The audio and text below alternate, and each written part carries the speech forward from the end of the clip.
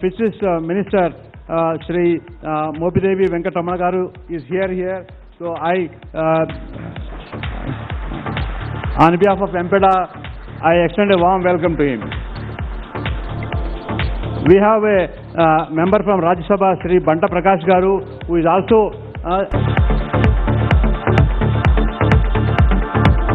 we have our own MPEDA authority member, Shri Sanjay Raut Garu, and I extend a warm welcome to Sanjay Raut Garu to this function.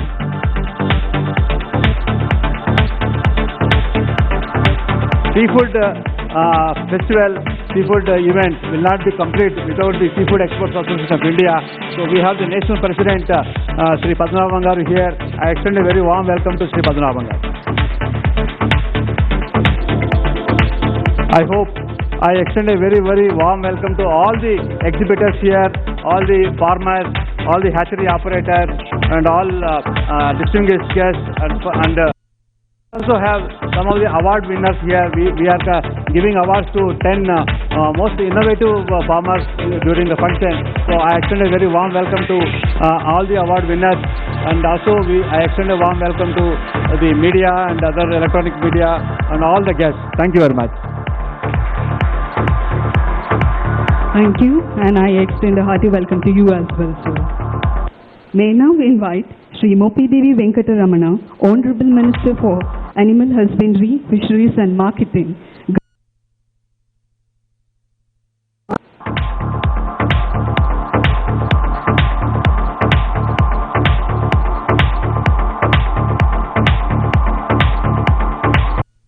Namaskaram.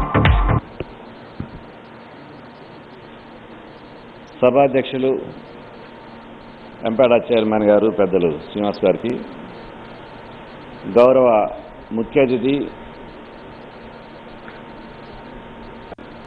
ఉపరాష్ట్రపతిగా Andhra రాష్ట్ర కీర్తి ప్రతిష్టలను ప్రతిపాదింప చేస్తున్నటువంటి పెద్దలు గురుతుల్యులు శ్రీ వెంకయ్య నాయుడు గారికి,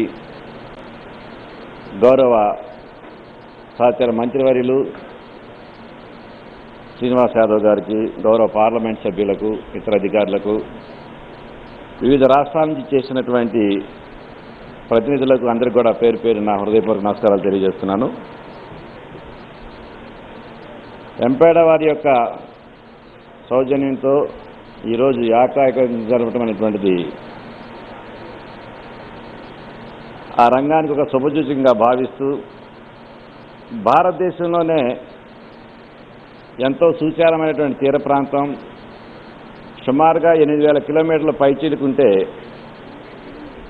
దానిలో సుమారుగా 1000 కిలోమీటర్లు, దాదాపుగా 1100 కిలోమీటర్లు ఒక ఆంధ్ర రాష్ట్రంలోనే ఎంతో సుశాలమైన తీర ప్రాంతం ఉన్నటువంటి పరిస్థితి. ఈ రంగంలో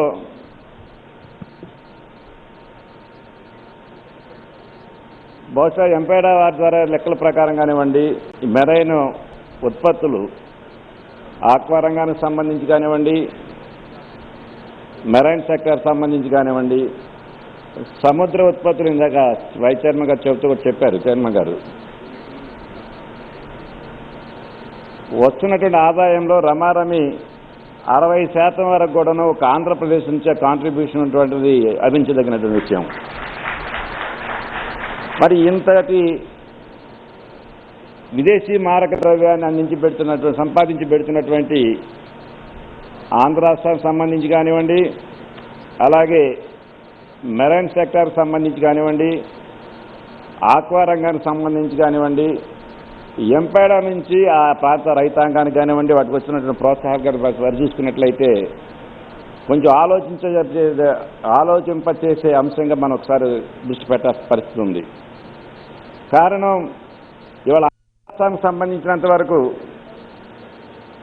14.5 లక్షల మంది డిపార్ట్మెంట్ వైపు నుంచి కానివ్వండి, ఆక్వా రంగం వైపు నుంచి కానీ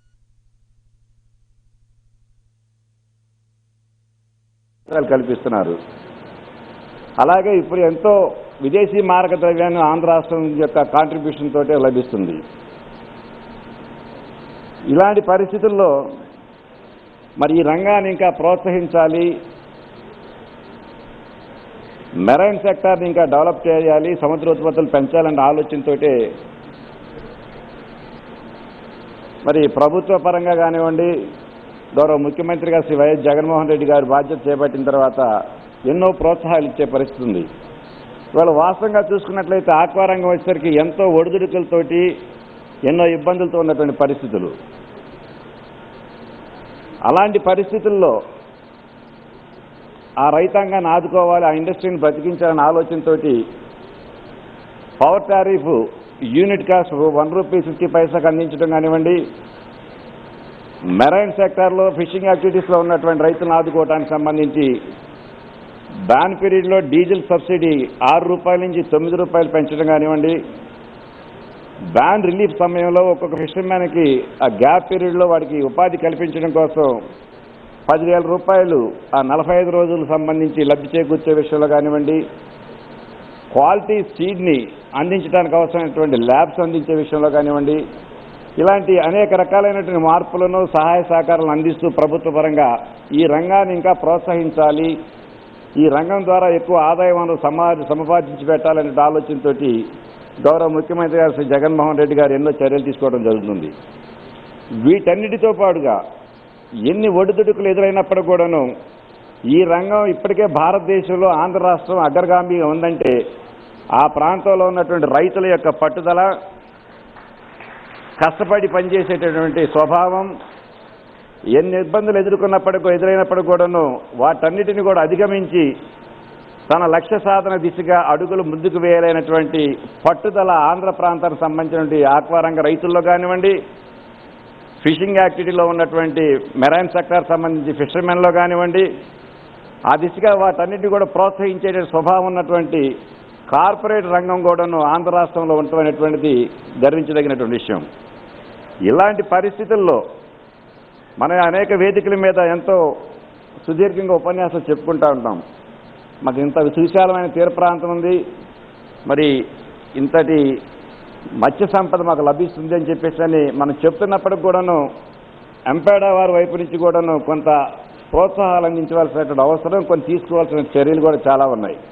ఆ దిశగా మరి ఈ వేదిక ద్వారా పెద్దలు ఉన్నారు కాబట్టి ఎక్కువ సమయం తీసుకోవటం నాకు సరైన పద్ధతి కాదు కాబట్టి 2 ప్రధానమైన అంశాలను వారి నోటీసు తీసుకొచ్చి నేను ముగిస్తాను. ఎంపీడాకు సంబంధించి మరి హ్యాచరీస్లో ఇవాళ చూస్తున్నాం. మొదట్లో పూర్వం రోజుల్లో స్కాంబీ, టైగర్ తర్వాత ఉనామీ. ఇవాళ ఉనామీ రంగం కూడా ఎన్నో అడుగుదొడుకుతున్న విషయం మనందరికీ తెలిసినటువంటిది. కారణం సీడ్ మనకి రైతుకి అందించే విషయంలోనే, క్వాలిటీ సీడ్ అందించే విషయంలో చాలా లోపాలు జరుగుతున్నాయి. దానికి ప్రధానంగా ఈ పాలిమర్ కిట్స్ అందించే విషయంలో మరి ఎంపీడా నుంచి ప్రాపర్గా అందుబాటులో లేకపోవడం వలన, ప్రైవేట్ సెక్టార్ దాంట్లో ఎంటర్ అవ్వడానికి అవసరమైనటువంటి రూల్స్ సరళించి దానికి అవసరమైనటువంటి ప్రోత్సాహం అందించకపోవడం వలన తమిళనాడు లాంటి ప్రాంతాల నుంచి కూడాను ఈ వైల్డ్ పాలిమర్ కిట్స్ తీసుకొచ్చి ప్రారంభ దశలోనే సీడ్ జనరేట్ టైంలోనే మనం వైల్డ్ పాలిమర్ కిట్స్ అందించడం వల్ల ఏమవుతుందంటే ఒక విధంగా డిసీజెస్కి నాంది మనం ప్రారంభ దశలోనే చేస్తున్నాం. వైట్ గార్డ్ కానివ్వండి, మోజల్ కానివ్వండి, ఇవన్నీ కూడాను ఈ మనం ఇచ్చేటటువంటి ఆహారంలో కానివ్వండి, క్వాలిటీ సీడ్ అందించే విషయంలో కానివ్వండి జరుగుతున్నటువంటి లోపాల వలనే ఈ వైరసెస్ అన్నిటికీ కూడా ప్రారంభ దశలోనే బీజం పడుతుంది. ఇలాంటి పరిస్థితుల్లో ఆ పాలిమర్ కిట్స్ని ఎక్కువగా రైతులు హ్యాచరీ ఓనర్స్కి అందించే విషయంలో ఎంపీడా నుంచి మరి తప్పనిసరిగా ఆ రూల్స్ సరళింపు చేసి ప్రైవేట్ సెక్టార్ కూడాను ఇందులో ఇన్వాల్వ్ అయ్యి ఆ హ్యాచరీస్ని ఎస్టాబ్లిష్ చేయడానికి అవసరమైనటువంటి నిబంధనలను సరళించవలసిన అవసరం అయితే ఎంపీడా వారు తప్పనిసరిగా ఆ దిశగా మీరు ఆలోచన చేయవలసిన అవసరం అయితే ఉంది. ఇది చాలా ప్రధానమైన అంశం. మనం రైతుకు సీడ్ అందిస్తున్నాం, సీడ్ అందించే అంశంలోనే మనం సరైన జాగ్రత్తలు తీసుకోలేకపోవటం వల్లనే రైతు ఎన్నో రకాల ఇబ్బందులను ఎదుర్కొంటున్నారు. హ్యాచరీ ఓనర్ బాగానే ఉంటున్నాడు, ప్రాసెసింగ్ యూనిట్ యజమాని బాగానే ఉన్నారు. అల్టిమేట్గా మధ్యలో నలిగిపోతున్న వ్యక్తులు ఎవరంటే కష్టపడి పనిచేసి 6 కాలాల పాటు పండించే పంటకు మరి సరైనటువంటి గిట్టుబాటు ధర లభించక, క్వాలిటీ సీడ్ లేక అనేక రకాలుగా నష్టపోతుంది రైతు. ఈ దిశగా రైతును ఆదుకునే విషయంలో కొన్ని రూల్స్ను సడలింపు చేసుకోవాల్సిన అవసరం అయితే ఎంపీడా వారికి ఉందని ఈ వేదిక ద్వారా వారికి తెలియజేస్తున్నాను. రెండోది ఫిషరీ సెక్టార్ సంబంధించినంత వరకు ఫిషింగ్ యాక్టివిటీ మనం చూస్తున్నాం. పూర్వం నుంచి కూడా ఒకే టైప్ ఆఫ్ వెజల్స్, బోట్లు కానివ్వండి, కట్మరాస్ కానీ ఒకే టైప్ ఆఫ్ బోట్లు మన సముద్రంలో వేటాడుతున్నాయి. ఎంపేడ వాళ్ళు ఎప్పటికి కూడాను ఆక్వా రంగం వైపు ఎక్కువ ప్రధానంగా దృష్టి కేంద్రీకరిస్తున్నారు, కానీ మెరైన్ సెక్టార్ కొంత నెగ్లెక్ట్ చేయబడుతుంది ఈ విషయాల్లో. ఇవాళ ప్రధానంగా మన ప్రారంభ దేశం నుంచి కూడా దీనికి బీజం మెరైన్ సెక్టార్. మెరైన్ సెక్టార్లో కూడాను కొన్ని మార్పులు తీసుకోవాల్సిన అవసరం అయితే ఉంది.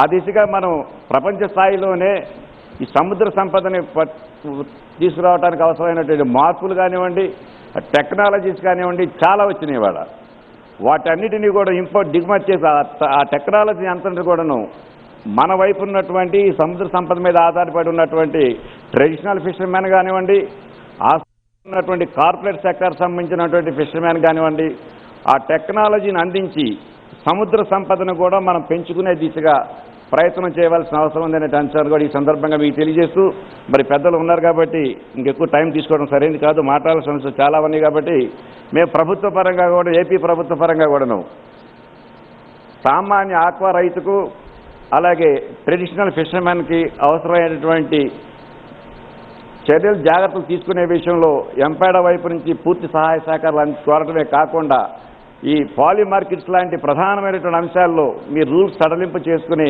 మరి ఆ దిశగా కార్పొరేట్ సెక్టార్ని కూడాను ప్రోత్సాహం ఉన్నటువంటి ఔత్సాహికులైనటువంటి పారిశ్రామికవేత్తలను ప్రోత్సహించే దశగా కూడా మీరు ప్రయత్నం చేయాలని చెప్పేసి కూడా ఈ సందర్భంగా మిమ్మల్ని అందరినీ కోరుకుంటూ నాకు ఈ అవకాశం ఇచ్చిన పెద్దలకు ధన్యవాదాలు తెలియజేస్తూ సెలవు తీసుకుంటున్నాను.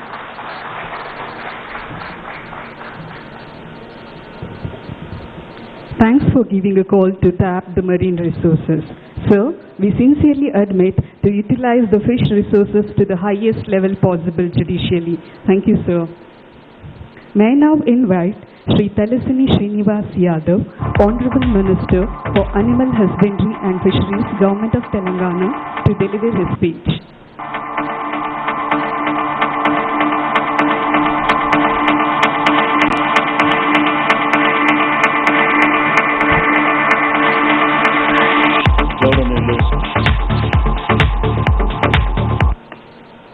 Aqua Aquaria India 2019 మరి ప్రారంభోత్సవానికి వెంచేసినటువంటి గౌరవనీయులు పెద్దలు మన దేశ ఉపాధ్యక్షులు వెంకయ్య నాయుడు గారికి, గౌరవనీయులు ఆంధ్రప్రదేశ్ రాష్ట్ర మంత్రివర్యులు మిత్రులు మోపిదేవి వెంకటరమణ గారికి, గౌరవ పార్లమెంట్ సభ్యులు చేవెళ్ళ రంజిత్ రెడ్డి గారు, గౌరవ రాజ్యసభ సభ్యులు బండ ప్రకాష్ గారికి, గౌరవ రాజ్యసభ సభ్యులు సంజయ్ రౌత్ గారికి, గౌరవనీయులు the marine products export development authority chairman Srinivas గారికి, గౌరవనీయులు పద్మనాభం గారు president sea food exports association, మరి వేదిక మీద ఉన్నటువంటి పెద్దలకు, ladies and gentlemen, I am extremely happy to that the Marine Product Export Development Agency is organizing 5th edition of Aqua Aquaria India event in the historic city of Hyderabad. On behalf of Government of Telangana, I welcome all the participants to this mega event. I am happy to share with you that since its establishment in the year 1972, MPEDA is making all efforts to promote the marine products industry with special reference to export from India. MPEDA is also successful in development of seafood industry as its nodal agency. The market promotion activity, culture of fisheries, quality control, R&D has placed MPEDA on world map in marine products industry. After formation of the state of Telangana, our beloved Chief Minister Sri Kalvakuntla Chandrasekhar Rao has given top priority to the fisheries sector development and allocated huge budget for focused development of the sector. The important intervention are fish seed has been supplied to all suitable water bodies with 100% grant in the last 3 years. Cage culture units have been given to fishermen with 80% subsidy and to entrepreneurs with 50% subsidy. Several assets have been given under integrated fisheries development scheme with 75 to 90% subsidy. Most important of all are vending unit, the two-wheelers, luggage autos, mobile fish outlet, hygienic transport vehicles, insulated vehicles, nets, etc. The community also have been given the 90% subsidy. Under Pradhan Mantri Suraksha Bima Yojana 3.03 with the 1.38 lakh, under Pradhan Mantri Jana Jeevana Bima Yojana for fishermen have been insured along with the state government, component for rupees 6 lakhs each. With the schemes implemented and intervention made by the government, a record promotion of 2.94 lakhs tons have been achieved during 2018-19. The supply to fish seed with 100% subsidy impacted upon the production and income of the fishermen and the involvement of middlemen. The consumption of fish has gone up, the real areas and domestic exports have been risen. For the last 3 years, 128 crores of the seed was distributed and include 1.009.64 crores. Similarly, 4.27 crores of Scampi juvenile has been supplied to 35 reservoirs at cost of 7.655 crores. These two schemes have been desirable results. Though the state has not a lot of potential for expansion of the aquaculture, this area was not given importance due. Now we have simplified the procedure for registration of farmers to promote its expansion.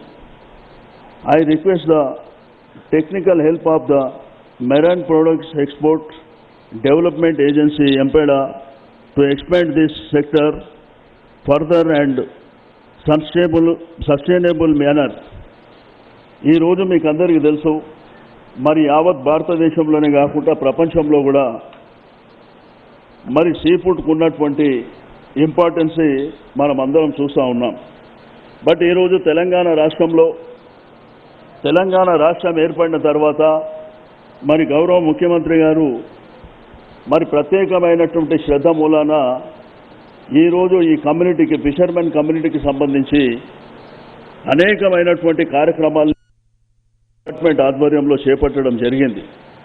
గడిచిన 4 సంవత్సరాలుగా మనకు ఎంతో పురోగతి సాధించడమే కాకుండా ఈరోజు water స్ప్లెట్ area ఎక్కడ ఉన్నా కానీ మా ముఖ్యమంత్రి గారు అసెంబ్లీలో కానీ బయట కానీ మరి తప్పకుండా ఆ కమ్యూనిటీని ఆదుకోవడంతో పాటు మరి వాటర్ స్ప్లెట్ ఏరియా ఉన్న ప్రతి ప్రాంతంలో కూడా ఈ చేప పిల్లల సీడ్ ఇవ్వవలసినటువంటి అవసరం ఉందని చెప్పి మరి స్టార్టింగ్లో ఒక 40 కోట్లతోని స్టార్ట్ అయినటువంటి మరి సీడ్, ఆ తర్వాత సంవత్సరం పెంచుకుంటూ మరి ఈ సంవత్సరం 80 కోట్ల వరకు చేరుకోవడం జరిగింది. ఈరోజు పెద్ద ఎత్తున ఫిషర్మెన్ కమ్యూనిటీస్ మన రాష్ట్రంలో ఉన్నటువంటి విషయం అందరికీ తెలిసిందే. కాబట్టి దీన్ని దృష్టిలో ఉంచుకొని అనేకమైనటువంటి మార్గాల్లో ఆ కమ్యూనిటీతో పాటు ప్రతి చెరువులో మరి కుంటల్లో కానివ్వండి, వాటర్ స్ప్లిట్ ఏరియా ఉన్న ప్రతి ప్రాంతంలో కూడా చేప పిల్లలు పెంచాలన్నటువంటి ఒక గొప్ప సంకల్పంతో మేము ఈ కార్యక్రమాలను తీసుకొని ముందుకెళ్తా ఉన్నాం. అదేవిధంగా ప్రాన్ కూడా ఈరోజు మన దేశంలో ఏ ప్రభుత్వాలు కూడా ఈరోజు వరకు ఈ ప్రాన్ని ప్రోత్సహించినటువంటి సందర్భాలు లేవు. ఫస్ట్ టైం మేము పైలట్ కింద మరి 9 ప్రాంతాలలో ఈ ప్రాన్ కల్చర్ని కూడా ప్రమోట్ చేయడం మీలాన మంచి రిజల్ట్స్ రావడం జరిగింది. మరి ఈ సంవత్సరం కూడా పెద్ద ఎత్తున వెళ్తూ ఉన్నాం. మరి ఈరోజు కేజ్ కల్చర్ కానివ్వండి, పెన్ కల్చర్ కానివ్వండి, ఈరోజు ప్రపంచంలో ప్రతి డాక్టర్ చెప్పేటువంటిది మరి నాన్ వెజిటేరియన్ తీసుకోవద్దని చెప్తారు కానీ బట్ ఫిష్ మాత్రం కంపల్సరీ వాడాలనేటువంటిది ఈరోజు ప్రపంచవ్యాప్తంగా డిమాండ్ ఉన్నటువంటి విషయాన్ని కూడా నేను ఈ సందర్భంగా తెలియజేస్తూ ఉన్నాను. కాబట్టి గడిచిన 4 సంవత్సరాల నుంచి మంచి ప్రగతిలో ముందుకు వెళ్తున్నటువంటి శుభ సందర్భంలో ఈరోజు ఎంపేడ వాళ్ళు కూడా అనేకమైనటువంటి కార్యక్రమాలని 1972 సంవత్సరం నుంచి మరి చేపట్టడం, ఈరోజు వరల్డ్ వైడ్గా కూడా మరి ఆర్గనైజేషన్ని ముందుకు తీసుకువెళ్తూ ఈరోజు ఎవరైతే ఫిషర్మెన్ కమ్యూనిటీ ఉన్నారో మరి వారికి కూడా సహకరిస్తూ మరి ప్రభుత్వాలకు కూడా చేయూతనిచ్చి ఈరోజు ఈ కార్యక్రమాలని బ్రహ్మాండంగా ముందుకు తీసుకువెళ్తున్నందుకు ఎంపడ వారికి నేను మనస్ఫూర్తిగా అభినందనలు తెలియజేస్తూ ఉన్నాను. మరి తప్పకుండా రాబో కాలంలో మనం మొన్ననే మెమోరాండమ్ ఆఫ్ అండర్స్టాండింగ్ చేసుకోవడం జరిగింది. తప్పకుండా భవిష్యత్తులో మనం జాయింట్గా కలిసి అనేకమైనటువంటి కార్యక్రమాలు చేయవలసినటువంటి అవసరం ఉన్నది. ఈరోజు ఫిషర్మెన్ కమ్యూనిటీకి ఈ సీడ్ ఇవ్వడంతో పాటు దాని ఎక్స్పెన్షన్ని కూడా ముందుకు తీసుకువెళ్తూ ఈరోజు ఇండియన్ మార్కెట్లో కానివ్వండి, వరల్డ్ మార్కెట్లో కానివ్వండి ఇంకా మునుముందుకు తీసుకువెళ్ళడానికి కూడా మీ సహకారం అవసరం ఉందని చెప్పి నేను ఈ సందర్భంగా తెలియజేస్తూ ఉన్నాను.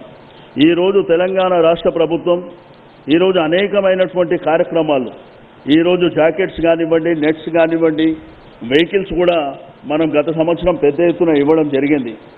మరి రాబో కాలంలో మన రాష్ట్రంలో మరి అనేకమైనటువంటి ప్రాంతాల్లో మార్కెట్స్ కూడా మనం పెద్ద ఎత్తున ప్రమోట్ చేయాలని చెప్పి మేము నిర్ణయం తీసుకోవడం జరిగింది.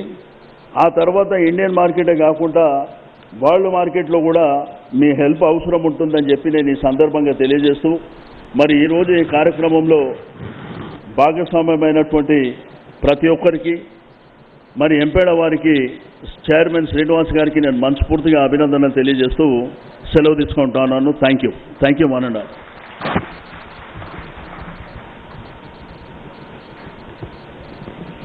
Thanks for throwing more light on different dimensions of fisheries like opportunities and lined up challenges. Thanks for your kind words and wishes, sir. The next program is the launch of the pearl brand Artemia cyst produced by the Rajiv Gandhi Center Aquaculture, the research and development wing of MPEDA under the Make in India program. Artemia is the most important live feed used in shrimp and fish hatcheries, and the country spends foreign exchange worth rupees 300 crore on its imports, mainly from USA. The RGCA has standardized the process of Artemia cyst production for supply to shrimp hatcheries. This will reduce our dependency on import of Artemia cyst. Now the Honorable Vice President of India is kindly requested to launch the pearl brand Artemia cyst from RGCA.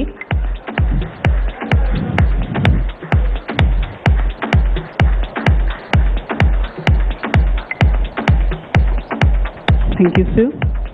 MPEDA has brought out a corporate video on its activities, so I now humbly request the Honorable Vice President of India to launch the corporate video.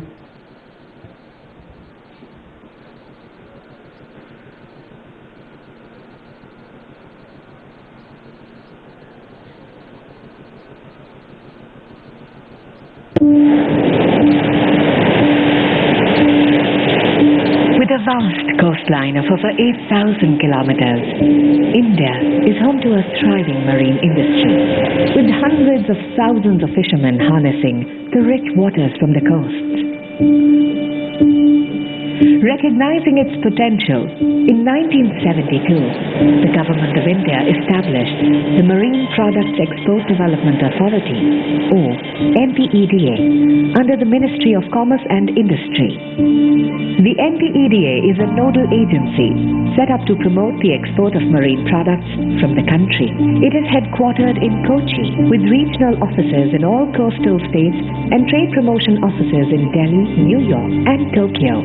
The MPEDA operations can be broadly outlined as first to register the exporters and seafood processing units, and then help them acquire the most modern technology and machinery for seafood processing, especially value-added marine products through assistance schemes.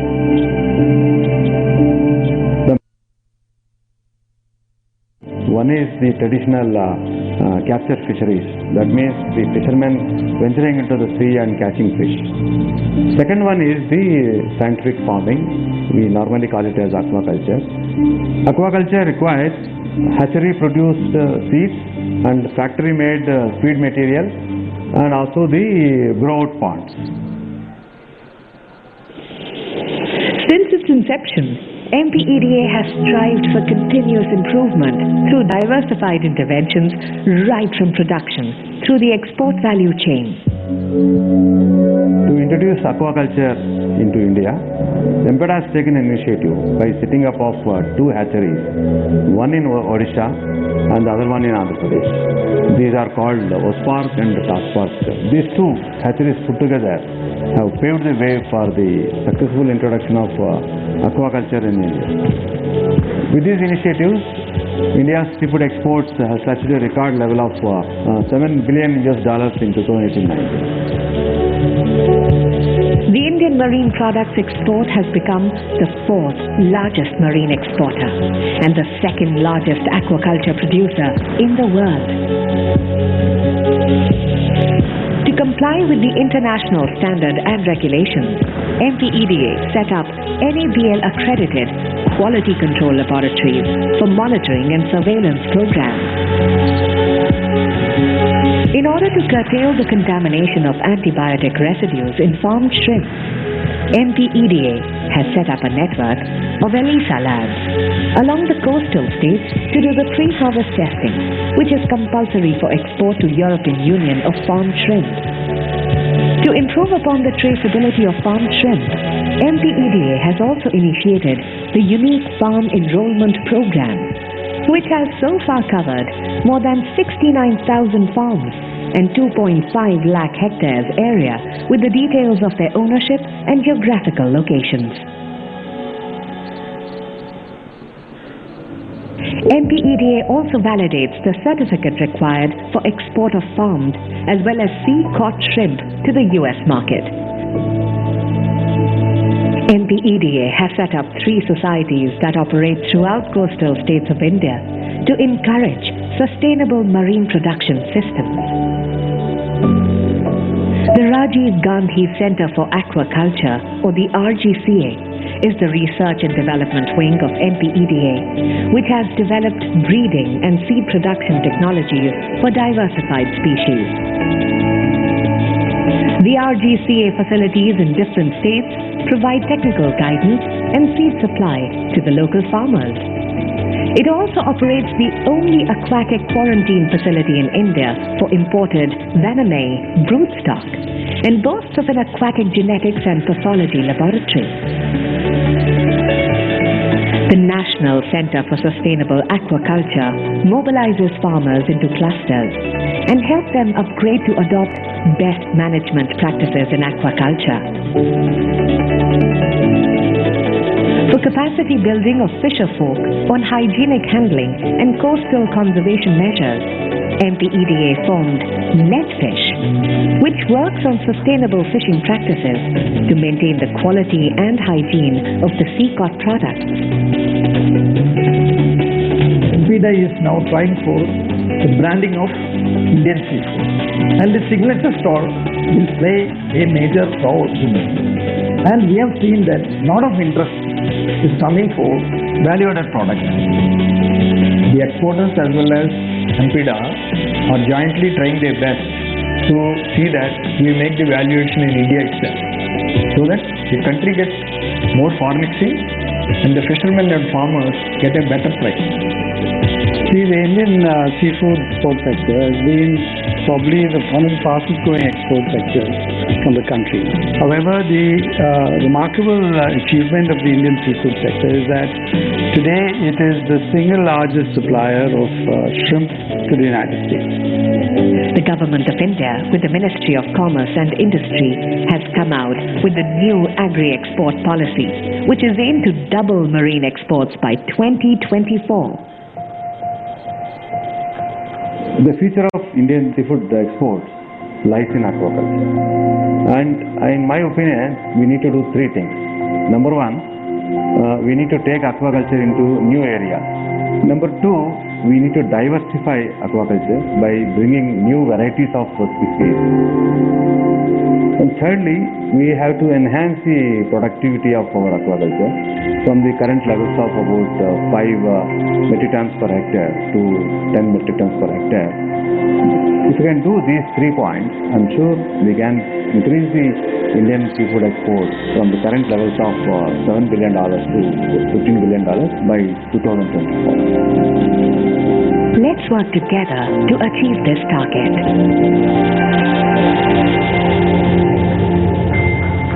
Thank you for launching the corporate video, sir. I now humbly request the Honorable Vice President of India to unveil the virtual reality experience about the life cycle of Vanami shrimp, which is being done for the first time in MPEDA.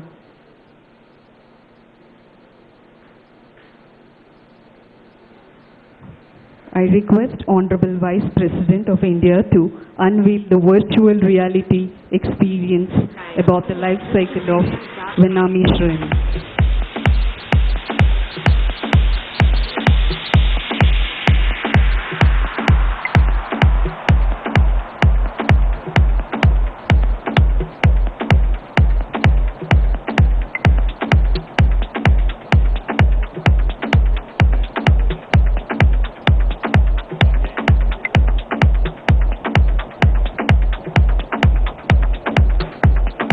Thank you, sir.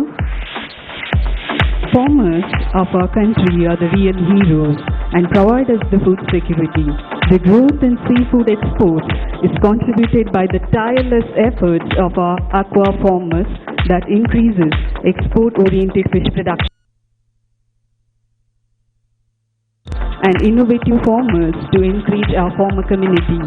This year, we have chosen farmers who have achieved successful production in a sustainable manner despite adversities faced by them.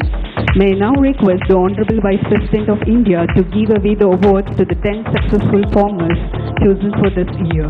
First up we have is Dr. Hamas Tarakan to receive the award from the Honorable Vice President of India.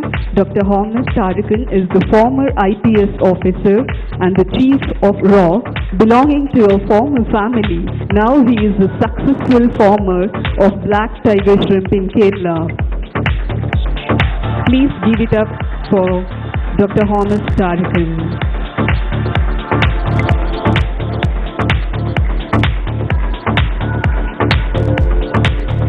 Next up we have is Sri KRK Murthy Raju of Kuchimpudi Aqua Farmers Welfare Society, Akividu, Andhra Pradesh, has been chosen for the addition of advanced DMP and getting high production of 8 metric tons from 1 acre area. I invite Sri Murthy Raju to receive the award. Now I invite Sri Venukuttan of Kollam, Kerala to receive the award from the Vice President of India.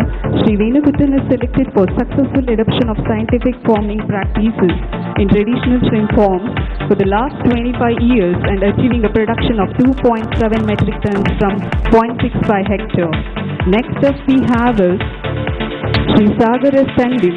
He is an enterprising youngster having a B Pharma degree and MAIBM degree from UK. He has left a healthcare job in UK to become a successful shrimp farmer in Valsad, Gujarat for the last 8 years. West Bengal is the leading producer tiger shrimp, and this year we have chosen Sri Apuba Saha for successfully carrying out organic shrimp production.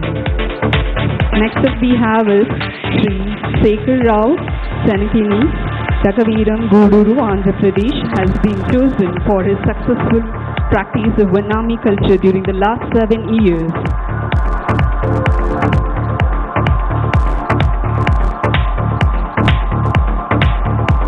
Sri Saurav Kumar Biswal Tulak Jagat Singhpur, Odisha, has been chosen for the award for successful tilapia culture. He produces 10 metric tons per hectare per crop during the last 3 years, successfully carrying out the culture of gift variety. Next up we have is Sri Seshaya T.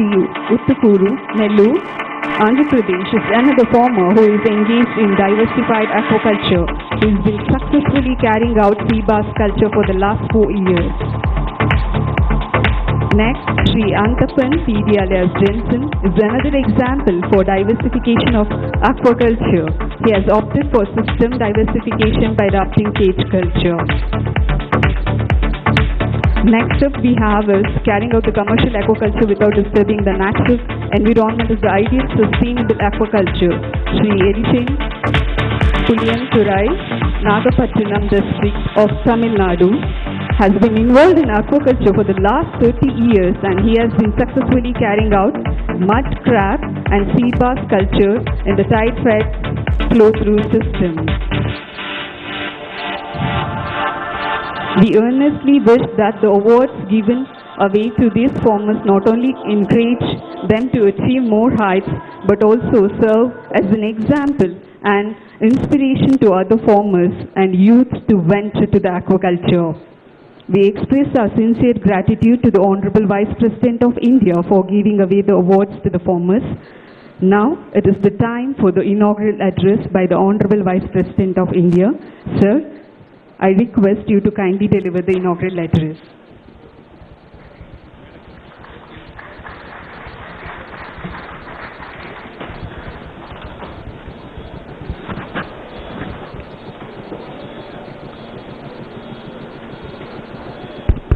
Sri Talsani Srinivas Yadav, Honorable Minister of Animal Husbandry and Fisheries, Government of Telangana, Sri Mopidevi Venkaiah Rao, Honorable Minister of Animal Husbandry and Fisheries, Marketing, Government of Andhra Pradesh, Sri Banda Prakash, Honorable Member of Parliament, Rajya Sabha, Dr. Ranjit Reddy, Member of Parliament, Lok Sabha, Sri Sanjay Raut, Member of Parliament, Rajya Sabha from Maharashtra, Member MPEDA, Sri K.S. Srinivas, Chairman MPEDA, Sri V. Padmanabham, President Seafood Exporters Association of India, my dear brothers and sisters who are all here to participate in this conference. I am delighted to inaugurate the 5th Aqua Aquaria India, India's international aquaculture show, organized by the Marine Products Export Development Authority, that is MPEDA. Fisheries is very close to my heart because a great part of my younger days of my public life has been entwined with the activities related to the welfare of the coastal people in my home state, Andhra Pradesh at that time.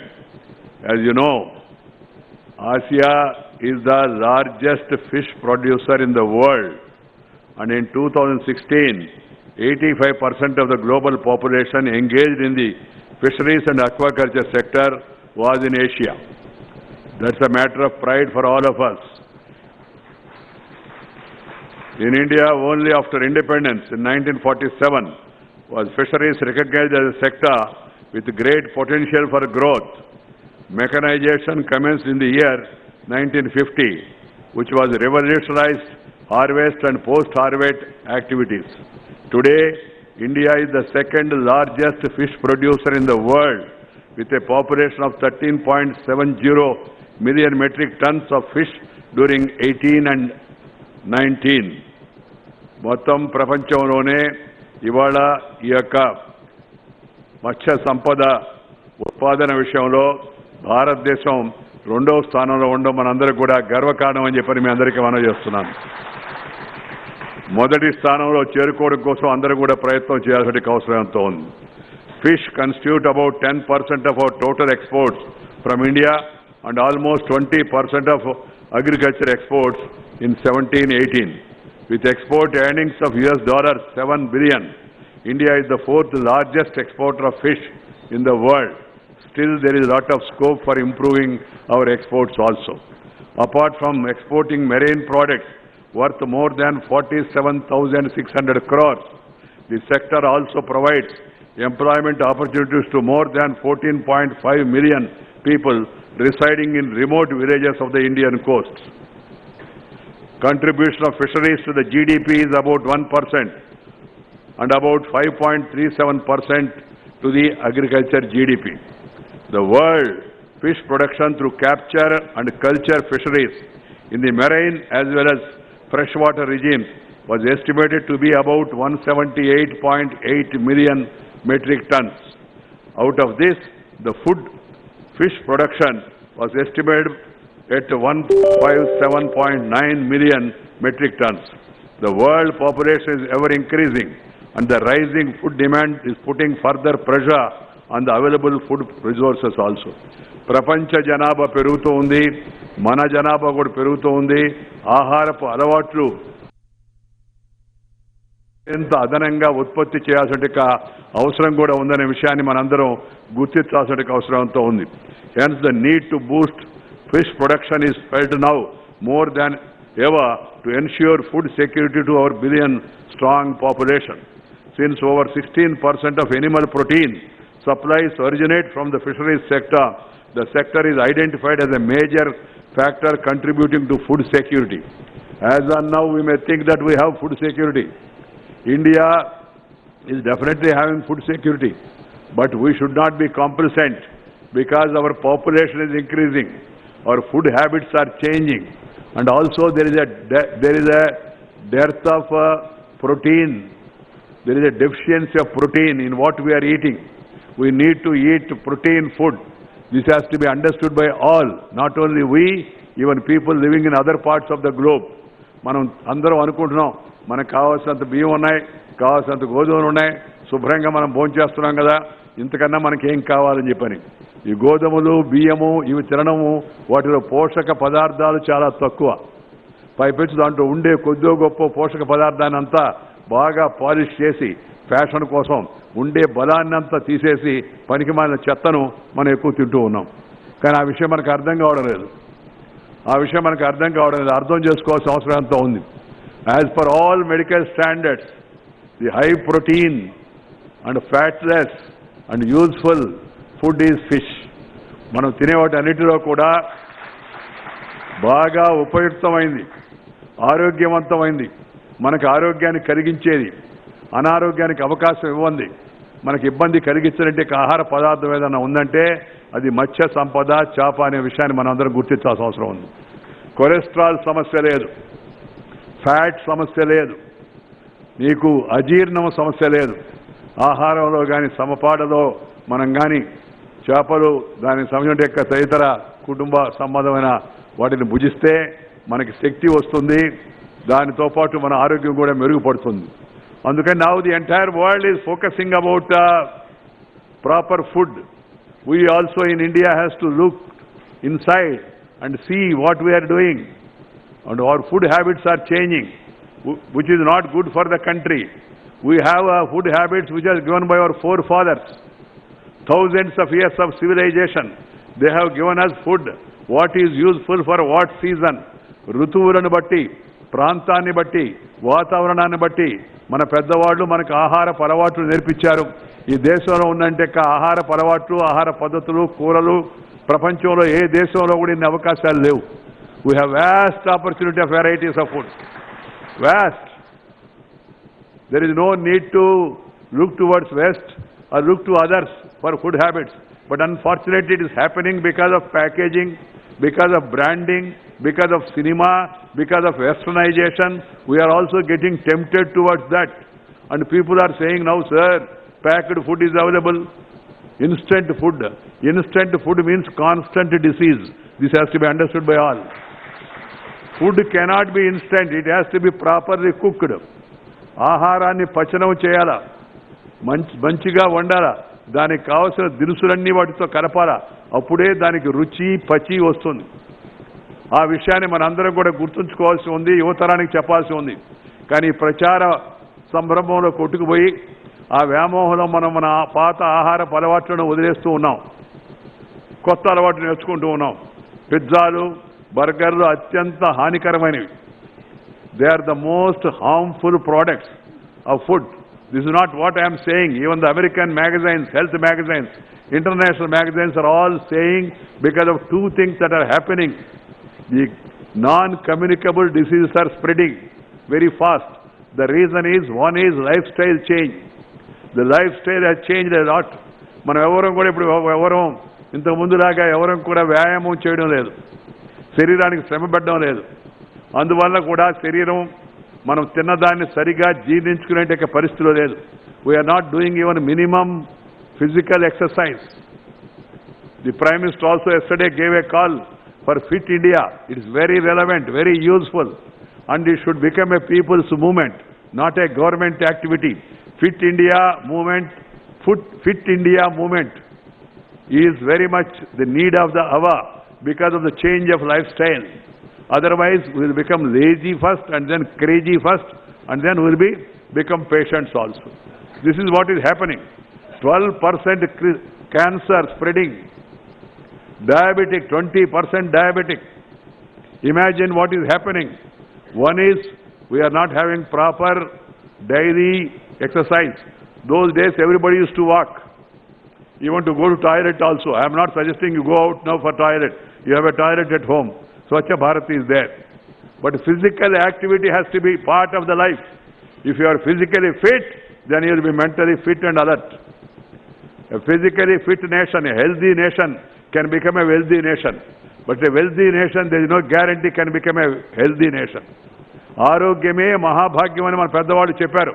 This has to be stressed by all people concerned. People have to made to realize that health is wealth. If you have wealth and you don't have health, you can't eat Pullareddy sweets or Hyderabad dum biryani or Nellore chapala pulsu. You can't eat any one of them because if your health is not good.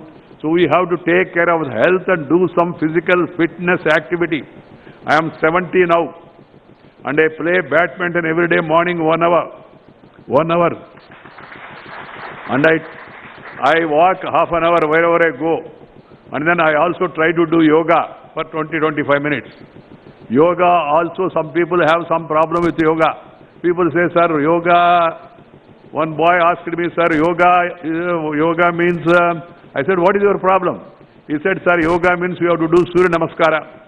I said, so what? He said, sir, Surya Namaskara. I understood. If you have problem with Surya Namaskara, I told him, do Chandra Namaskara. No problem, do it. Namaskara is our samskara. You have to do some exercise. Yoga is for your body, not for Modi. You have to understand this. Modi ji as the Prime Minister of India, he introduced yoga recommended to the United Nations, which was kind enough to accept. More than 172 countries are now practicing yoga. Yoga is an exercise for mind and body, and it is one of the ancient Indian arts. It is an art as well as science. It is both an art as well as science. So fitness, yoga, that is the need of the hour. The second important aspect is about the food habits. We have to revisit the food habits. That is also causing a lot of problem. We are sedentary lifestyle and eating junk food. We are eating junk food without knowing its value. So protein value. You go to doctor. Some of you may think that I am very fit, smart. Go to doctor, get yourself verified. He will say there is deficiency of vitamin, this vitamin, that vitamin, B3, D3, and then B12. Some deficiency will be there. because proteins, we are not taking proper protein food. Why I am saying this is a proper place, because eating fish and allied fish products will definitely improve your protein strength. I am not marketing it for the sake of fish producers or aquaculture association. I am promoting it for the health of the nation. We have a bright future. India has a bright future. 65% of the Indian population is below 35 years. We have a demographic dividend. ప్రపంచంలో మరి ఏ దేశానికి కూడా ఇలాంటి మంచి అవకాశం లేదు. మన జనాభాలో 165% మంది 35 ఏళ్ల లోపల ఉన్నారు. యువ దేశం మంది. Some of the countries are aging, but whereas we are a young nation, we have knowledge, we have talent, we have so much talent in everybody, even in fishermen, in goldsmith, in blacksmith, in potterer. Everyone has got some talent or other. ప్రతి చిన్నవాడి దగ్గర కూడా ఏదో రకమైన తెలివి ఉంది. నువ్వు చెట్టు ఎక్కి గీత గీసే గీత కార్మికుడిని చూడు, లేదా నేత నేసే నేతన్నను చూడు, ఎంత తెలివి, అద్భుతమైన తెలివి ఉందో. ఆ తెలివికి కాస్త అవకాశం కల్పించి సానబెట్టి మెరుగుపరిచి కాస్త సహాయం అందిస్తే అతను ఆ వృత్తిలో రాణించగలడు, దేశానికి మరింత పేరు కూడా తీసుకురాగలడు. దేశంలో ఇవాళ ప్రభుత్వాలన్నీ చేయవలసిన పని ఏదైతుందో అందరూ అంటారు, సార్ అన్ఎంప్లాయ్మెంట్ పెరిగిపోతుంది, అన్ఎంప్లాయ్మెంట్ పెరిగిపోతూ ఉంది. Employment, education is not for employment, education is for enlightenment, education is for enhancement of knowledge, education is for empowerment, and lastly education is for employment. But we are all thinking that education means employment. If everybody becomes an employee, then who is there to receive service? Employees are there to serve the people. If everybody become an employee, and if every population of the younger generation is going to go and sit in secretariat, then whom they serve? We have to understand, employment means some livelihood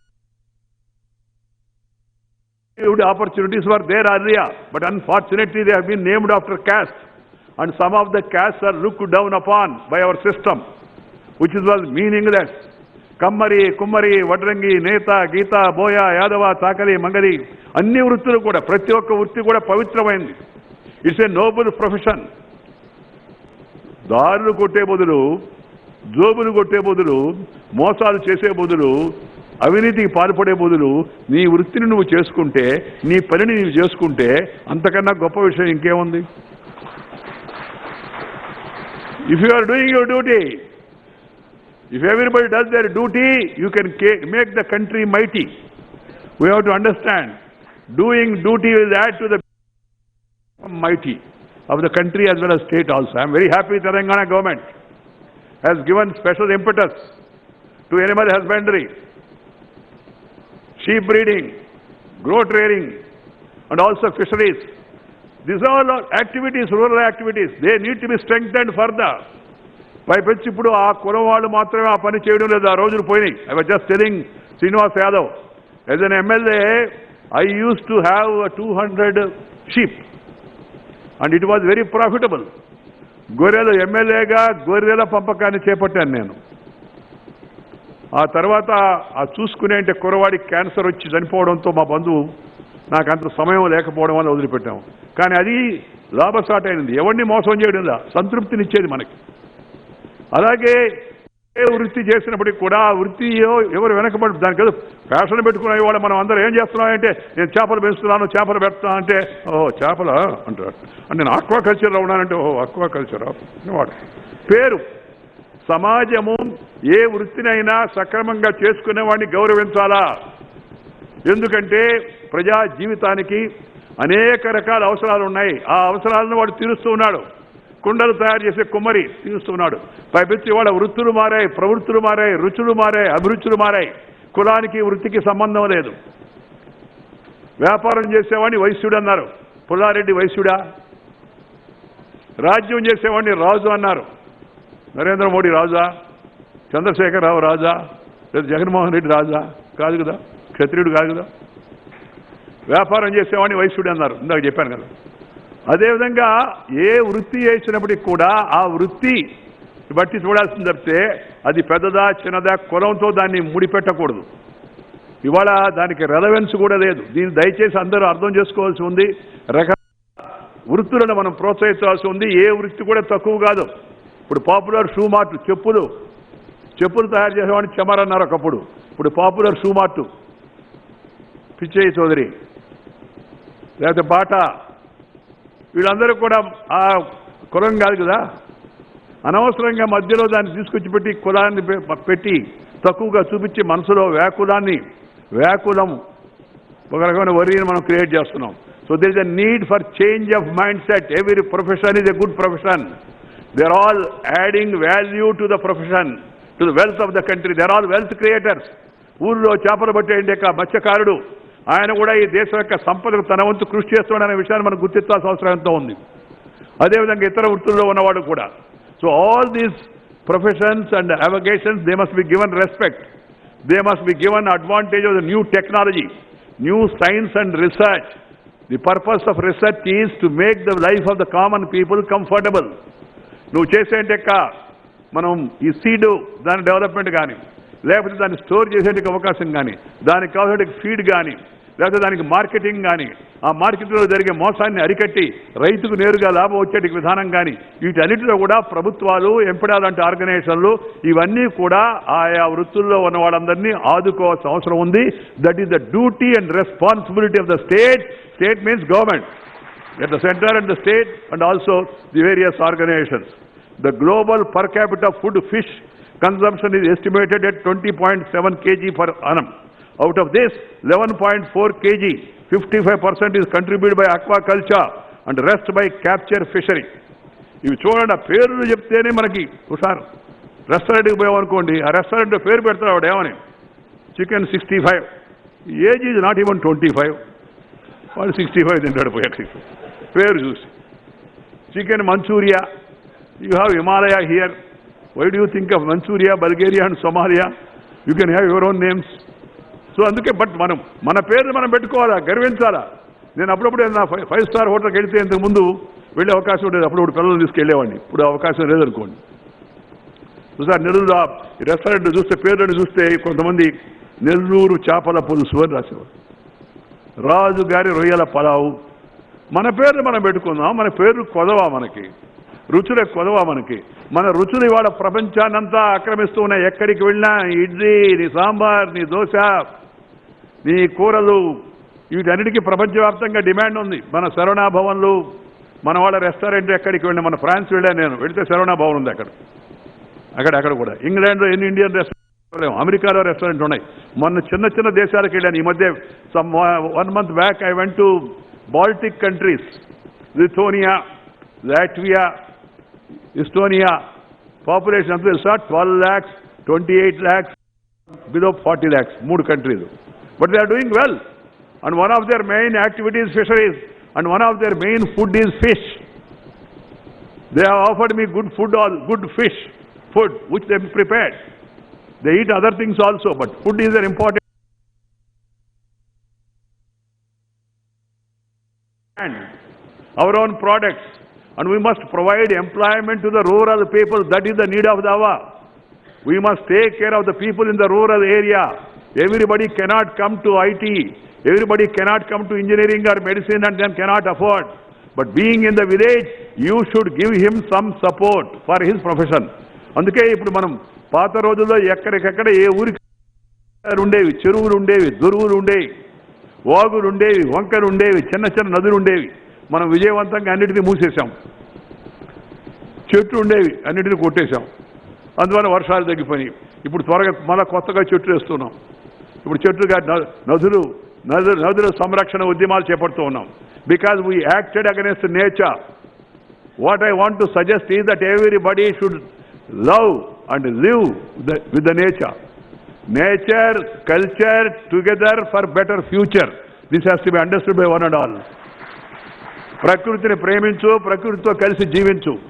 ఈ వాగులు, వంకలు, చెరువులు, దొరువులు వీటన్నిటిని మళ్ళా తిరిగి పునరుద్ధరించే కార్యక్రమాన్ని చేపట్టారు. దేశవ్యాప్తంగా చేపట్టాల్సి ఉంది. అనేక రాష్ట్రాలు ముందుకు వెళ్తూ ఉన్నాయి. ఇది చాలా అవసరం. రాబోయే రోజుల్లో మరింతగా నీటి సమస్య వస్తుంది. నీరుంటే కదా నీరే లేకపోతే ఇంకా నీకు చేప ఎక్కడిది, నువ్వెక్కడ? అందుకని నీటిని పొదుపు పుంజుకునే ప్రయత్నం, reduce, reuse, recycle water, very important. Swachh Bharat, very important. Fitness is very important. Per drop, per crop, very important. ప్రధానమంత్రి గారు ఈ మధ్య చెప్తున్నాయని కూడా రాజకీయమైనవి కావు, వాటికేం పార్టీ సిద్ధాంతాలు కావు. They are for the betterment of society.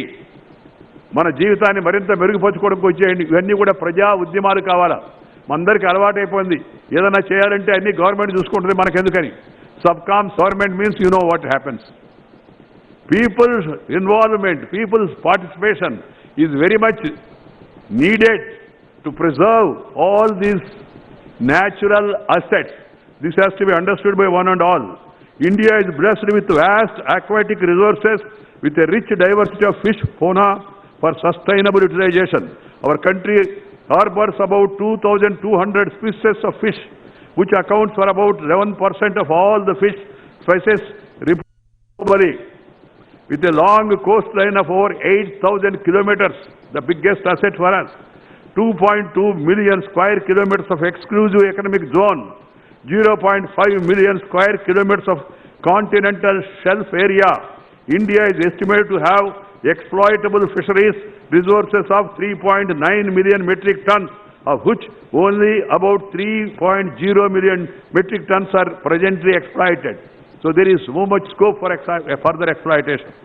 Further, about 1.2 million hectares of potential brackish water area suitable for aquaculture and 5.4 million hectares of area are all available for freshwater aquaculture in our country. There is a still great opportunity. India's vast and diverse aquatic resources offer excellent opportunity. They provide you for expansion of aquaculture, food, fish production. My dear sisters and brothers, it is a fact that globally aquaculture is being looked upon as the best alternative to boost fish production, as the production from the traditional sector has been stagnating. It is a matter of great concern that India exploits only a fraction of the aquaculture potential that is available to it. Inka ento undi avakasham manam dani manam sadavakasanga marchukovalsina avasaram undi. India utilizes only about 40% of the available 2.36 million hectares of ponds and tanks for freshwater aquaculture and about 15% of a total potential brackish water resource of 1.2 million hectares. That much space is available. We must put them to proper use. In other words, there is a room for both horizontal and vertical expansion of these sectors. 8,000 kilometers of coastline, there is immense potential for the development of mariculture, which has taken roots only in recent years with culture of mussels and oysters. Considering the substantial contribution of aquaculture makes towards socio-economic development in terms of income and employment through the use of underutilized resources in several regions of the country, environmentally friendly aquaculture has been accepted as a vehicle for rural development, food and nutritional security for the rural masses. Unfortunately, after the independence, we ignored rural areas, focused more on urban areas. Urbanization has become a reality. I don't want it to be reversed, but we have to take care of the people who are living in rural areas. Pisciculture, aquaculture, marine culture, whatever you call it as. They provide a greater opportunity for increasing the wealth of the rural people. And they can really bridge the gap of income between these two. The system of culture presently being adopted by Indian freshwater aquaculturists give yields varying from 1.5 to 4.5 tons hectares per year. This productivity is much less comparison to 10 to 15 tons hectare year in countries like China and Israel. If China can produce 10 to 15 tons, why not India? We have to think about, industry has to think about it, MPEDA has to think about it, researchers has to think about it and come with new ideas, new plans and encouragement to our farmers, to our fishermen to see that we increase our production. In our country, intensive fish culture with a production of 10 to 15 tons has been carried out only on experimental basis, and its commercial adoption is a dream yet to. So we must make that dream true. We must aim high, work hard, and then follow the best example. Conference like this will be very useful to exchange information, to know each other's success stories and adopt them which are suitable to our conditions. Cage culture in floating or a fixed cages is another option for diversifying. Diversity of our aquaculture environmental system offers suitable sites for pen culture also. Species like tilapia, which has a great demand in international market, can be cultured in freshwater environment by adopting diverse culture systems such as semi-intensive or intensive pond culture system, raceway systems, cage culture systems, etc.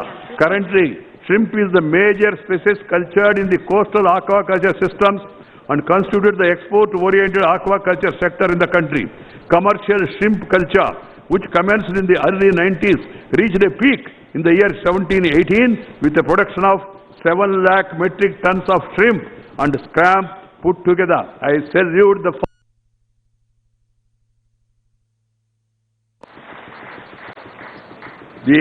stupendous growth of shrimp culture was possible because of the Government of India permitted regulation, introduction of Pacific white shrimp with the objective of utilizing the potential of the species to cater to the global markets.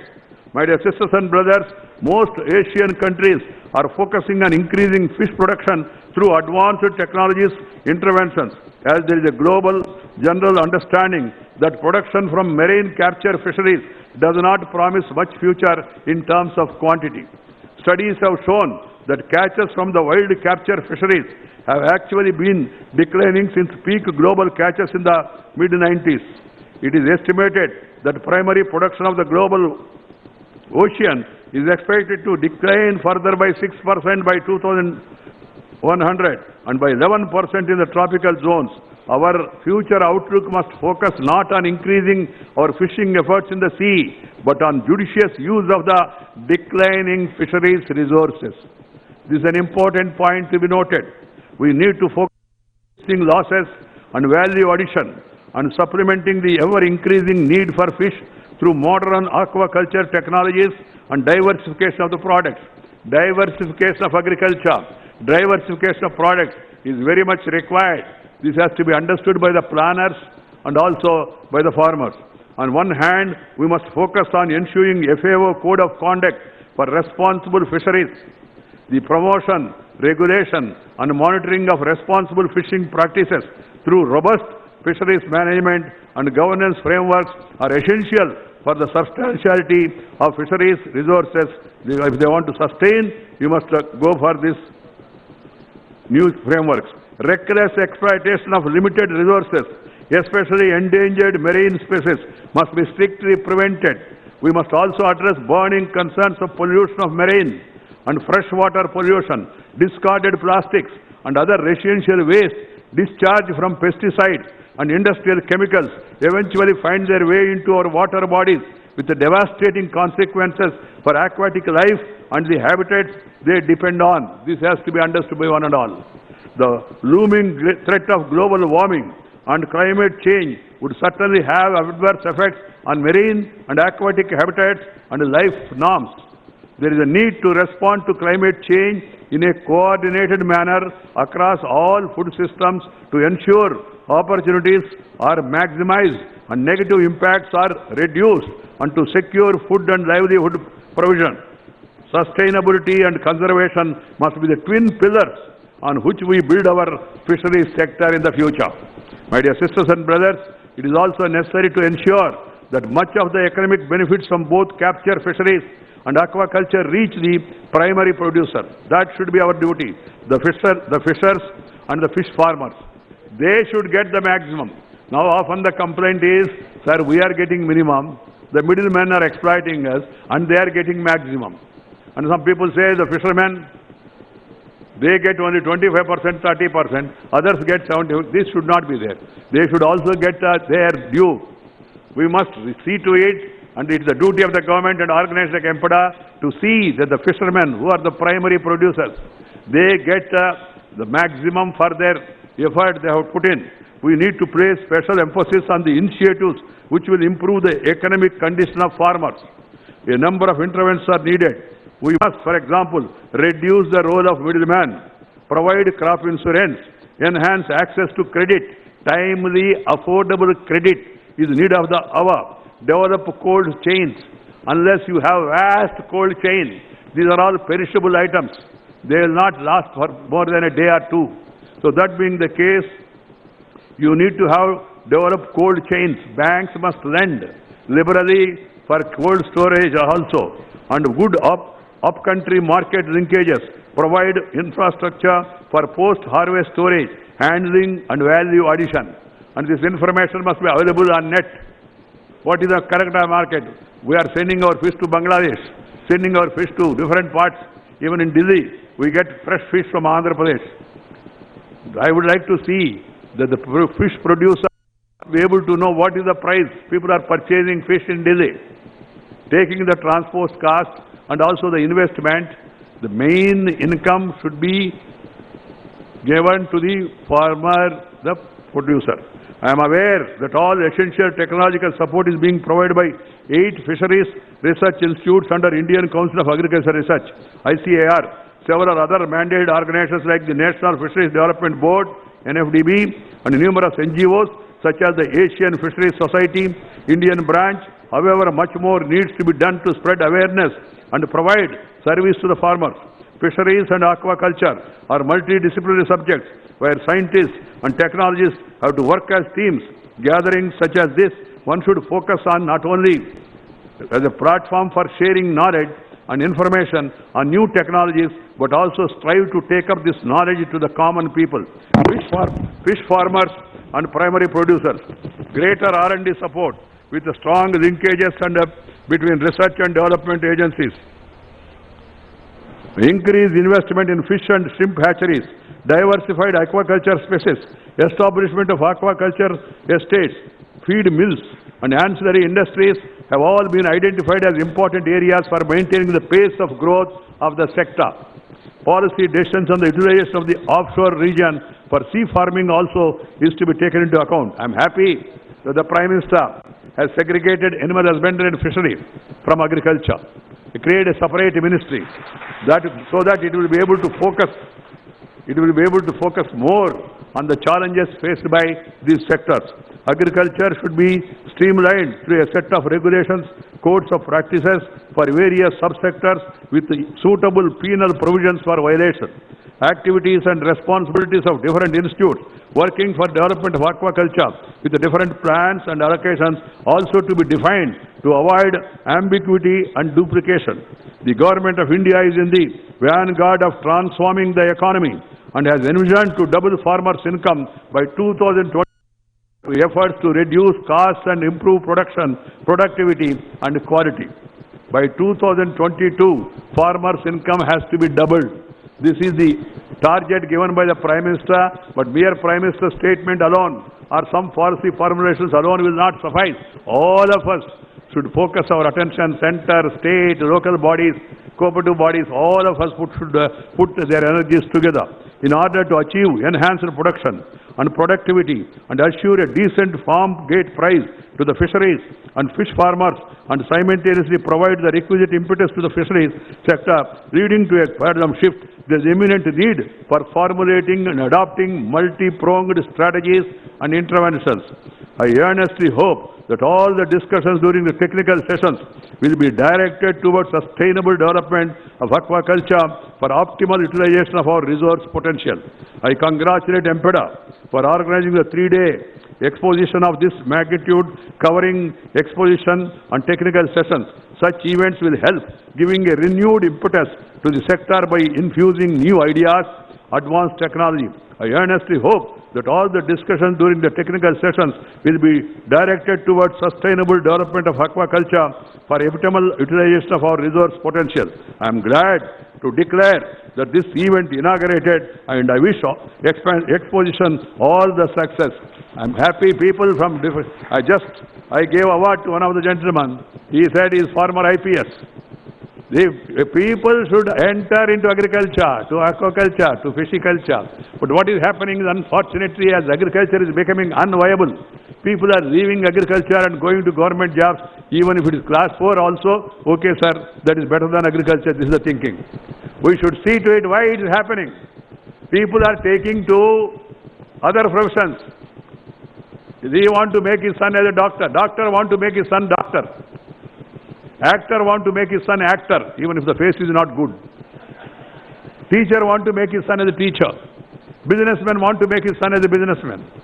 But the farmer do not want to make his son to be a farmer, because farming is critical and is difficult, and then he is not getting the due that is for him. So we must see to it that the agriculture is diversified into fisheries, into aquaculture, into dairy, into food processing. By that value addition, so that more and more people come to farming community. Farming is a noble profession. Farming is a noble profession. That's why our leaders have given slogan three: Jai, Jai Kisan and Jai Kisan. All the three play an important role. The army, people who are in the army, who are safeguarding our country's unity and integrity, we have to salute them. And then the farmers who are producing food for us, for our survival, we have to salute them. And the Vigyan, the scientists who are coming with new ideas, Chandrayaan, in the coming days, we have now moved further and we are likely to land on the moon. Some people are saying some people may reach there early and then also offer some layout and start some real estate business also. I don't know what is going to happen and all. But this is very important. We should really try to be friendly with nature. Sun. We have neglected sun all these days. Now solar has come. We are utilizing now properly. And we are taking lead. Solar energy that is less cost and also more useful. That now from sun we are trying to reach the moon also. This is how science is going to help us. Technology is going to help us. So all these three sectors are equally important. So my dear friends, for that the nation, the country must stand by the farmers, must provide them priority in our budget, in our approach, in our giving resources from the banks. The agriculture sector, allied sector must get top priority because it is providing food to all of us and also getting revenue also. I am very happy today that I am here for this Aqua Aquaria India. Mr. Padmanabham is studied with me. So he told me that such a conference is being held. Incidentally, I happened to be in Hyderabad. And Hyderabad, of course, is a place of happening. Hyderabad is a place of happening. If we all do something good, Hyderabad will become a place of happiness also. Happening along with happiness will make the city further great. Efforts are being made because strategically it's a good location and all infrastructure is available. I'm happy that you are all here in the city.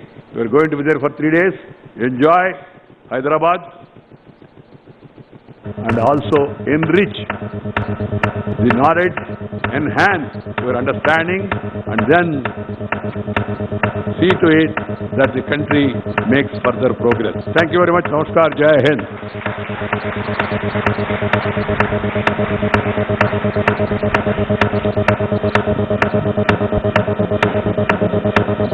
Thanks for highlighting the importance of reducing post-harvest losses, value addition and health benefits of seafood. And as you said, it is 10% true that eat a fish every day, keep a doctor away. So many thanks for gracing the occasion by your kind presence and inspiring words, sir. As a token of gratitude and affection to the Honorable Vice President of India, we now request Sri K.S. Srinivas, IAS Chairman, MPEDA, to present a memento to the Honorable Vice President of India.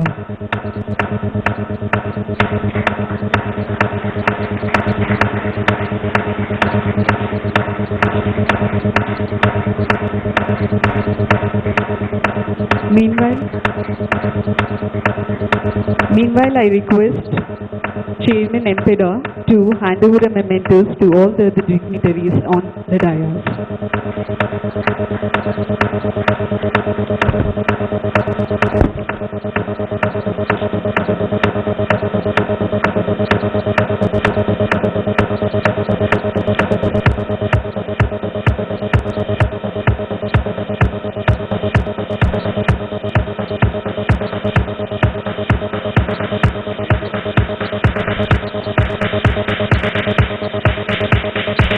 you, sir. Next, I would like to invite Mr. V. Padmanabhan, President of the Seafood Exporters Association of India, to propose the vote of thanks.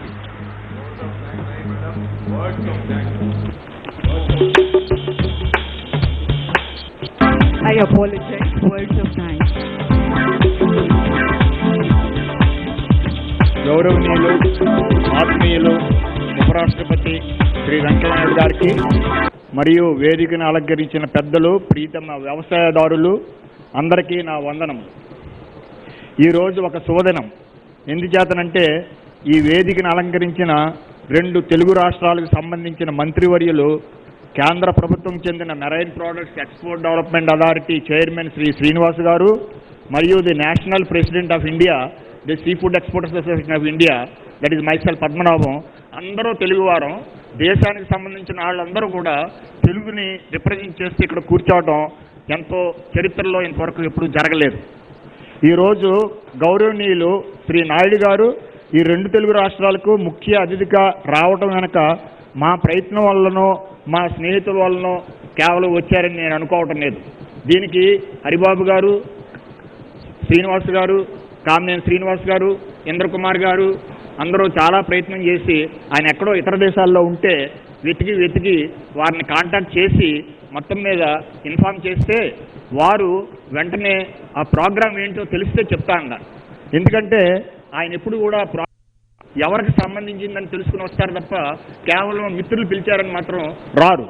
దానికి నేను ఆయన నాలాగే ఒక రైతు కుటుంబంలో పుట్టిన బిడ్డ. ఆయనకు రైతులన్నా, రైతులతో పల్లె వాతావరణంలో వారితో రచ్చబండ మీద కూర్చుని గడపటం మహా ఇష్టం. ప్రాణ స్నేహితులతో గడపటం మహా ఇష్టం. మనం చాలామంది ఢిల్లీ లాంటి పట్టణాల్లో ఉండాలనుకుంటే ఇష్టపడితే నాయుడు గారు పల్లి వాతావరణంలో గడపటం ఇష్టపడతారు. అది ఇందాక వ్యవసాయదారులకి, వ్యవసాయానికి ఆయన ఇచ్చే ఇంపార్టెన్స్ నేను చెప్పక్కర్లేకుండానే వారి స్పీచ్లో మీరు విన్నారు. అదే నిదర్శనం. మన మాతృభాష, మన సంస్కృతి, మన తెలుగు సాంప్రదాయం అంటే ఆయనకి మిక్కిలి గౌరవం. నాకు తెలిసి ఆయన ఇక్కడికి వచ్చినది ప్రధాన కారణం ఈ కార్యక్రమం మీరు వెన్నెముక లాంటి రైతు సోదరులకు ఆయన సందేశాన్ని ఇచ్చి వాళ్ళ బాగోగుల్ని మనం మెరుగుపరచాలని ఆశయంతో ఈ ఆహ్వానాన్ని మన్నించి ఇక్కడికి వచ్చారు. స్నేహానికి ఆయన ఇచ్చే ప్రాధాన్యం, ఆయన చిన్ననాటి స్నేహితులతో ఒక ఉదాహరణ చెప్తాను.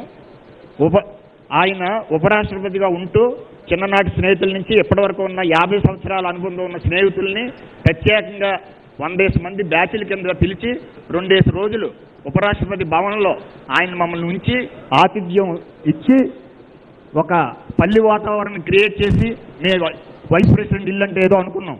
అక్కడికి వెళ్తే సంత లేకపోతే ఒక దాన్ని ఏమంటారు తీర్థం, పీసు మిఠాయి, ఇటువంటి ముగ్గులు, ఇటువంటి వాతావరణం క్రియేట్ చేసి, అంటే ఆ పల్లి వాతావరణం, పల్లె మీద, పల్లెటూరు మనుషుల మీద ఆయనకుండే ఆప్యాయతకి అదే పెద్ద నిదర్శనం. అలాగే ఎన్నో బ్యాచ్లుగా తీసుకెళ్లారు. But unfortunately because of the constitutional issues ఈ ప్రోటోకాల్ ఒక నాగార్జున సాగర్ డ్యామ్ లాగో లేకపోతే పోలవరం డ్యామ్ లాగో స్నేహితులకి ఆయనకి ఒక అడ్డంగా ఉంది. కానీ మనకు తప్పదు. మనం అది రాజ్యాంగం ప్రకారంగా వెళ్ళవలసిన నియమాలు ఉన్నాయి. వారికి అది ఇష్టం లేకపోయినా గవర్నమెంట్ రూల్ ప్రకారంగా పాటించవలసి వస్తుందని ఆయన తెలుసని మా అందరికీ తెలుసు. మేము అర్థం చేసుకోగలం. ఇటువంటి ఆత్మీయత హిస్టరీలో నేను ఎక్కడా చూడలేదు. ఆయన జైల్లో ఉన్న, బెయిల్లో ఉన్న, ఉపరాష్ట్రపతి భవనంలో ఉన్న అదే స్నేహం, అదే సింప్లిసిటీ. అటువంటి స్నేహశీలి ఆత్మబంధువు మన ఆహ్వానాన్ని మన్నించి వచ్చినందుకు మన అందరం నిలబడి ఆయనకి స్టాండింగ్ ఓవేషన్ చప్పట్లు కొట్టవలసిందిగా నేను ధన్యవాదాలు ఈ రకంగా తెలియజేయమని మిమ్మల్ని అందరినీ కోరుకుంటున్నాను.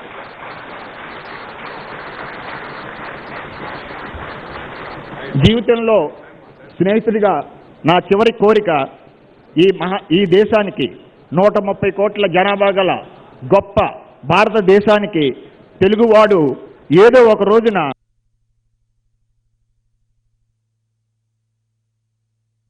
ఇండియాగా మనం అందరం చూడాలని మన తెలుగు వారందరూ కోరుకుంటున్నాం.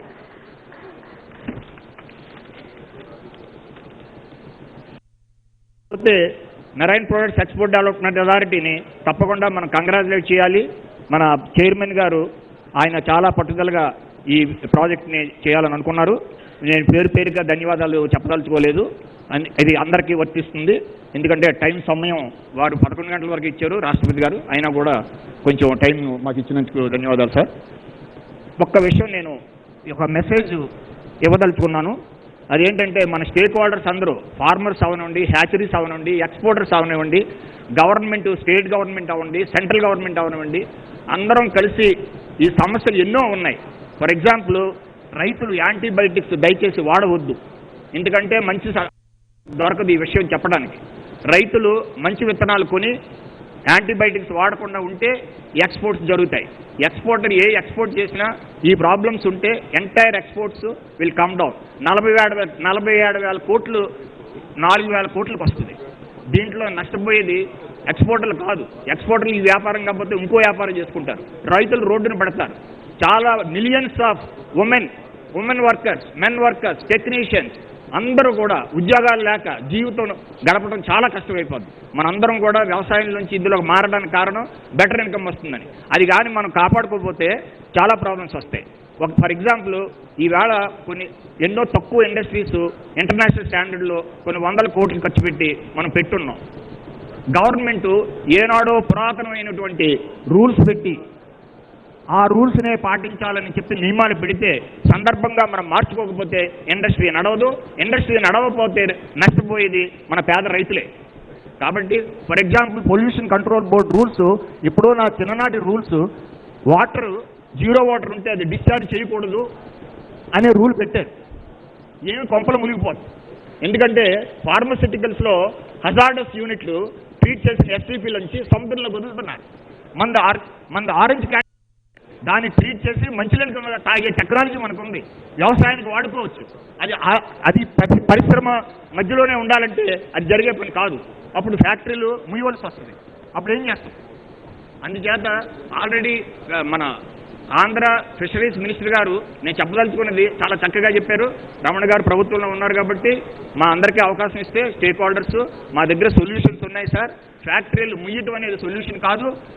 మూసిన ఫ్యాక్టరీలు తెరిపించి మనందరికీ ఉపాధి కల్పిస్తేనే ఈ రైతులు ఉంటారు. ఎక్స్పోర్ట్ ఆగిపోతే నష్టపోయేది రైతులు. వాళ్ళకి వేరే దిక్కుతోచని స్థితి అవుతుంది. అంచేత నా సందేశం ఇది. అలా చాలా ఉన్నాయి చెప్పడానికి. కానీ ఇక సమయం తక్కువ కాబట్టి అందరికీ పేరున చెప్పడానికి టైం లేదు. బట్ ఇది నా పర్సనల్గా మీరు అందరూ వచ్చినందుకు నా special thanks to all the people on the dais, especially ఉపరాష్ట్రపతి వెంకయ్య నాయుడు గారికి నా హృదయపూర్వక ధన్యవాదములు. Thank you, sir. Now we propose to conclude the inaugural ceremony with the national anthem. I request all to rise up for the national anthem.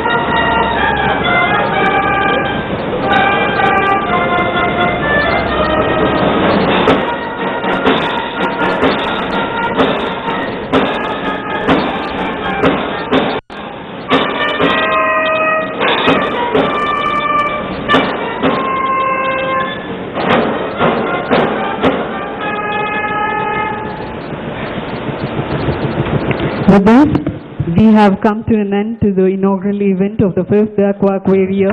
May I now request Honorable Vice President of India and all the other dignitaries and guests to please move to the exhibition pavilion for the inauguration of the MPEDA RGCA exhibition hall, which will be followed by the inauguration of the business to business exhibition hall. Thank you all for making this inaugural event a grand success.